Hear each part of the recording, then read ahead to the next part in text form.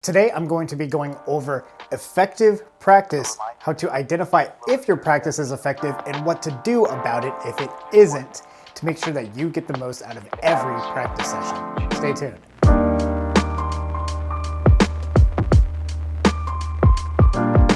What's going on, everybody? I'm Aaron, helping musicians get better, faster through performances, educational videos, and product reviews. And again, today we're going over practice effectiveness. So we spend a lot of time with our instruments, so of course you're going to want to get the most out of all of that time and make sure that you are accomplishing all of your goals because of the quality or the amount of time that you're spending with your instrument. Because of that amount of time, it's very easy sometimes to feel like we're not getting the most out of our practice, and especially to get frustrated with the results that we're getting through all of this time that we're spending without seeing much progress. Even though progress is hard to monitor, it's hard to get a gauge on whether or not you're being as effective as you possibly can be in a practice room and getting as good as you possibly could be through whatever it is you're doing in a practice room. So let's talk about some things that are pretty good indicators and pretty good signs that you're not practicing as effectively as you possibly could. The very first thing is that the material from week to week or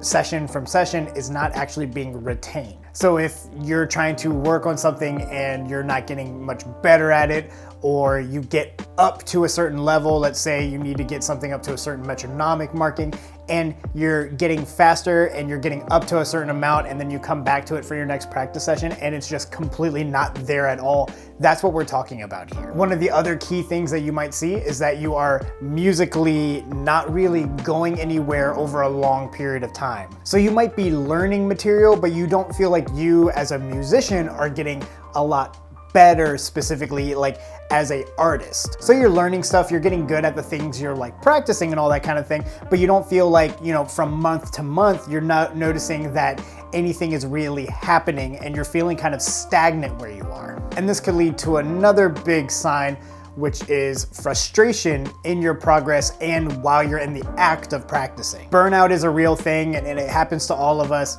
But what I mean here by frustration is just that you are just agitated with everything that is going on with you musically. Things aren't getting better. Maybe you're actually regressing a little bit just because your agitation every time you approach the instrument, which obviously is not a healthy relationship to have with your instrument. And because of that frustration, we tend to go into another sign, which is just showing up to rehearsals, lessons, anything along those lines unprepared. If you were somebody who, maybe for a year or two, all of the lessons you were taking, you were dead on, spot on every single time, and then you kind of plateau in your progress and things aren't really moving as fast as they used to, and you're coming back to rehearsals and stuff, and you're just not ready to go. Your lessons are not quite as prepared as they normally used to be.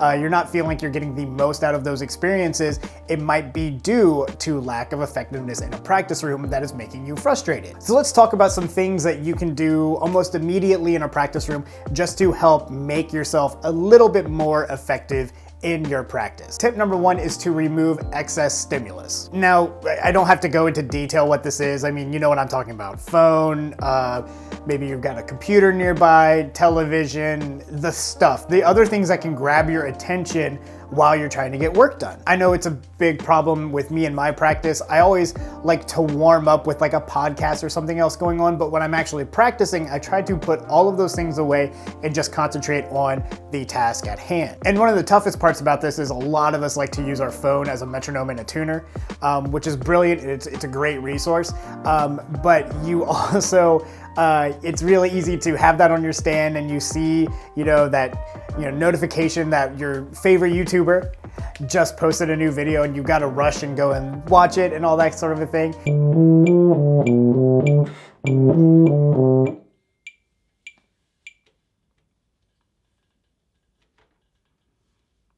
Ooh, kitty photo. So if you can't remove your phone and you don't want to buy a separate metronome and tuner, and I totally don't blame you, consider then you just maybe putting it on airplane mode or finding an app that keeps track of how much time you're on certain apps, or like if you schedule a certain thing. There's a lot of like management resources things, but mostly just making sure that the tool that you have, that is the phone, that you're not using it to as a tool to distract you as opposed as a tool to help you. The next tip, which is actually the one that helped me the most, especially in my professional life, is to actually schedule out your practice. It's really easy to just kind of try to get practice in wherever you can get it into, depending on what your schedule is and where you are in your life. But what I noticed is, for me, if I put it at certain spots in the day and I just guarantee that, like, hey, this is the thing I'm doing, just like if I had a doctor's appointment at 3, I would be going to the doctor to get ready for that appointment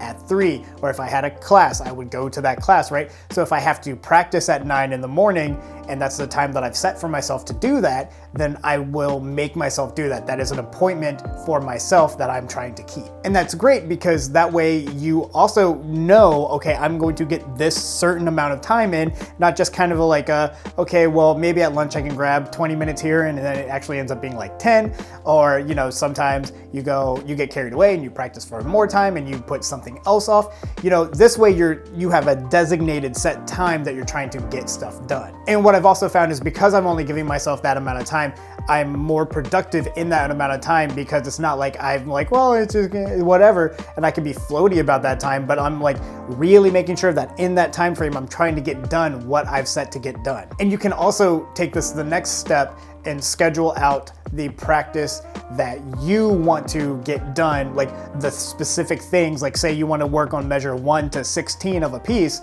you can put that in the notes or whatever of your schedule, so when you go to that practice session, you know exactly what you wanted to work on. Now, the big caveat in scheduling your practice is we tend to believe that our future selves are going to be superhumans. So when you go and schedule your practice, just make sure you're being reasonable with yourself and you're being real with yourself, and keep track of what works and what doesn't. You know, we might want to be able to get up and practice at, I don't know, 6 in the morning, but if you've never woken up at 6 in the morning in your life before, I'm not sure you're going to make yourself practice at that time anyway. So just whatever is working, keep track of that. Make sure, you know, you keep note of it. If it's not working, be able to adjust and be flexible, but mostly just keeping track of when you are going to practice. Big number 3, practice less material in one sitting. This is something that plagues my younger students. They will try to practice an entire piece in one sitting and just kind of fix as they go through.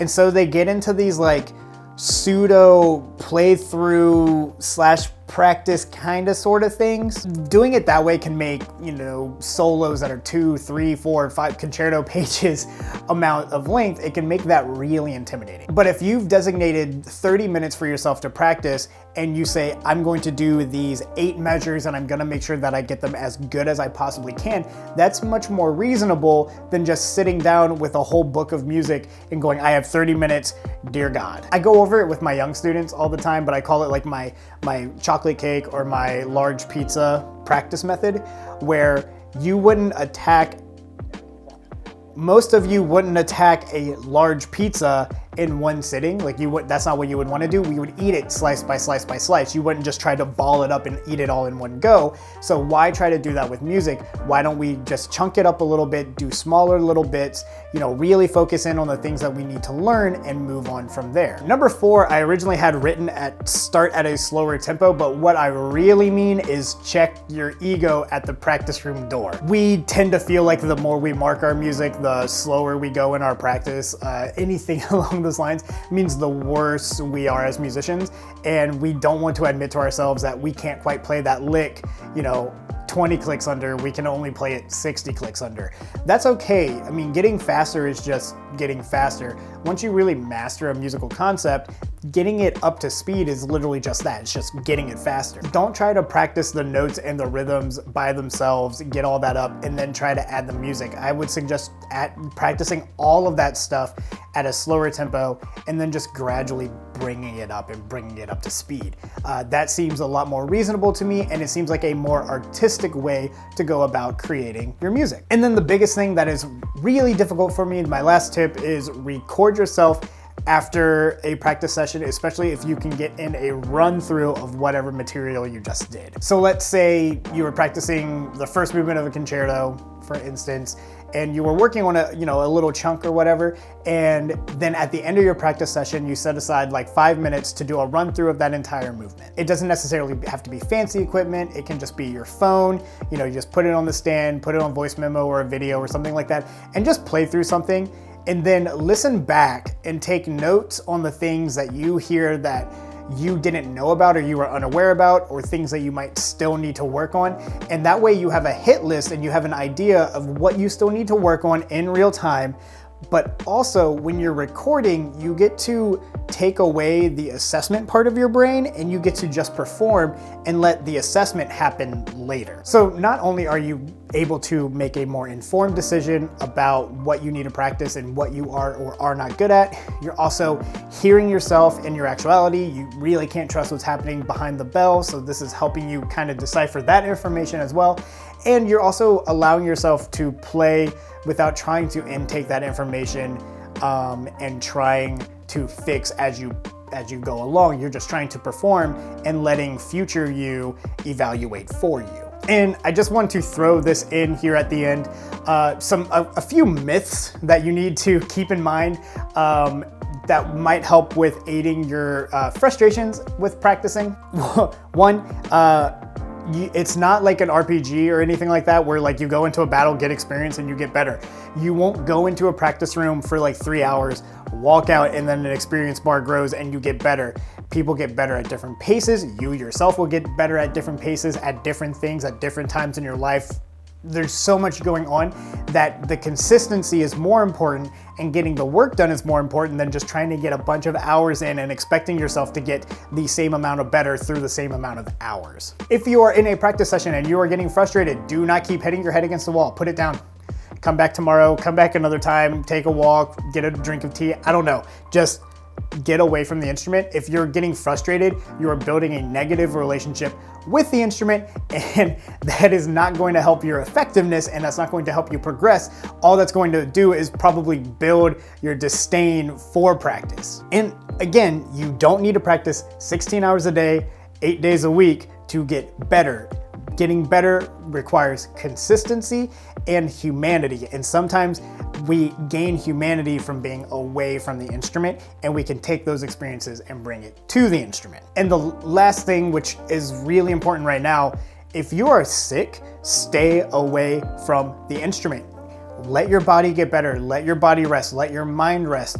The instrument will be there when you get back. You can work when you get back, especially with brass instruments. You run such a high risk of reinfecting yourself. Just if you are not feeling well, that's another bad relationship that you are building with your instrument that's going to build up a negative relationship with practice. If you don't feel well, put it down, get better. You'll be better for it when you come back at full strength. But anyway, that's all I've got for this one. So that leads me to my question of the day. What tips do you have for the most effective practice experiences? I think I've shared some pretty good things here, but I know there's some stuff I missed or some things that might have been really effective for you. Let me know in the comments down below. But anyway, with that, again, my name is Aaron, reminding you to be happy, never satisfied. I'll see you next time. I just wanted to take this quick opportunity to really thank my Patreon patrons. You guys are awesome. I appreciate so much that you support what I do and the interactions that I get to have with all of you.